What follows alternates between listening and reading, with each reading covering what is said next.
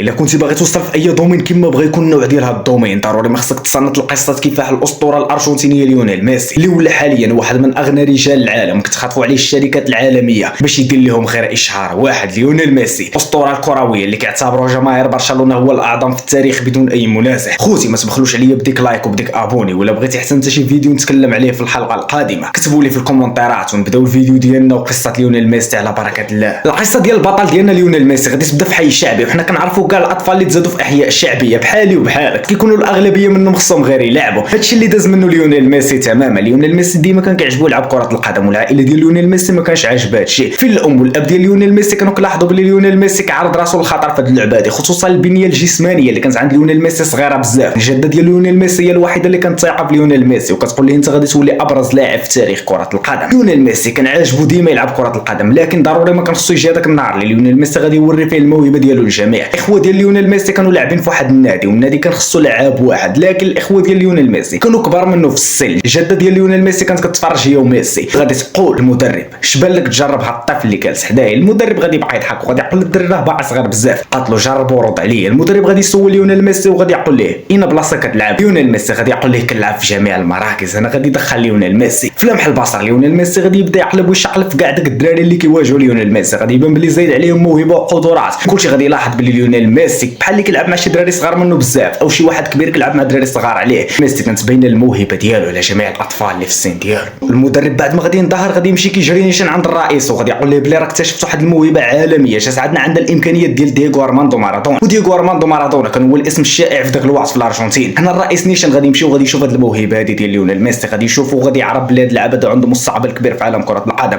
كما كيوصفوا ليه المدرب. حنا الرئيس غادي يفكر بزاف وغادي يقول للعائله ديال ليونيل ميسي انا غادي نتكلم بالتكاليف ديال النمو ديال الدري هذا. ليونيل ميسي ما كانش كينمو بشكل طبيعي بحال جميع الاطفال في السن ديالو، تما المدرب غادي يهز كاع التكاليف على العائله ديال ليونيل ميسي بالنسبه ليونيل ميسي، لكن ما غاديش يعقد هذا النادي بما انه نادي باقي صغير ماشي من الانديه الكبار اللي تقدر توز التكاليف ديال ليونيل ميسي. حنا العائله ديال ميسي كلها غادي تخاف، وبعد ما كانت كتقول بلي ليونيل ميسي غير طفل كيضيع حياته بسبب الكره، ولات كلها تايقه في الموهبه ديال ليونيل ميسي. كلهم ولاو كيقلبوا على شي نادي. لكن غادي تجي النقطه اللي غادي تفاد الكاس كامل. واحد الشخص كان خدام من العائله ديال ليونيل ميسي في كشافه نادي برشلونه، وغادي يمشي وغادي يوري صور ليونيل ميسي وفيديوهات في نادي برشلونه الاسباني. هنا النادي كله غادي ينبهر، غادي يشوف موهبه غير عاديه. حنا غادي يهضروا مع العائله ديال ليونيل ميسي وغادي يقولوا لهم بلي حنا قادرين نهزوا كاع التكاليف ديال هذا الطفل هذا، لكن هو خصو يجي يسكن في اسبانيا. حنا غادي نتكلفوا حتى بالبيت ولا العائله ديالكم اللي غادي تجي تسكن في اسبانيا، لكن ضروري تجيبوا لنا هذه الموهبه هذه. ميسي والعائله ديالو غادي يمشيو وغادي يستقروا في مدينه برشلونه الاسبانيه. هنا ليونيل ميسي غادي يبدا مع النادي الكتالوني برشلونه، والعائله ديال ليونيل ميسي غادي تولي موفره ماليا. فين ليونيل ميسي ولا كيلعب في النادي العريق نادي برشلونه. ولكن النهار اللي غادي يبين لنا شكون هو ليونيل ميسي الحقيقي هو مجيء ريكارد كمدرب لنادي برشلونه. هنا غادي يصعد ليونيل ميسي الفريق الاول. ذاك الوقت فين كان كيلعب رونالدينيو انيستا تشافي وبزاف ديال اللعابه كبار حاليا كنعرفوهم في اوروبا. يعني ليونيل ميسي غادي يتصعد الفريق الاول مع نادي برشلونه، ومن ثم ليونيل ميسي غادي يولي هو ميسي المجرم في اوروبا. ميسي صاحب 8 كرات ذهبيه، ميسي صاحب كاس العالم الاخير، ميسي صاحب 4 دوري ابطال اوروبا. ميسي غادي يكتب التاريخ رسميا مع نادي برشلونه. ولكن المشكل هو ان ليونيل ميسي غادي يتفارق على حب الطفوله ديالو نادي برشلونه سنه 2021 وغادي يرحل نادي باريس سان جيرمان. بعدها ليونيل ميسي غادي يرحل نادي انتر ميامي اللي دابا ليونيل ميسي كيشرف على الاعتزال في النادي العريق. هذه هي القصه ديال ليونيل ميسي. انا شرحت لكم القصه ديال ليونيل ميسي كشخص، لكن الا بغيتوا القصه ديال ليونيل ميسي مع نادي برشلونه اي البدايات ديالو او الانجازات التاريخيه ديال ليونيل ميسي، ما عليك غير دير لي واحد الكومونتير وطلب مني هذه الحلقه هذه. الا داروا 5 ديال الناس وطلبوا مني هذه الحلقه هذه، راه في الحلقه الجايه غادي تكون الحلقه هي اللي كتسناكم. خوتي ما تبخلوش عليا بديك لايك بديك فولو باش نكمل في نشر الفيديوهات.